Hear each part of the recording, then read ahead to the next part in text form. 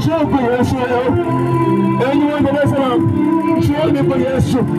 Yesu anahitaji ninyi nyote.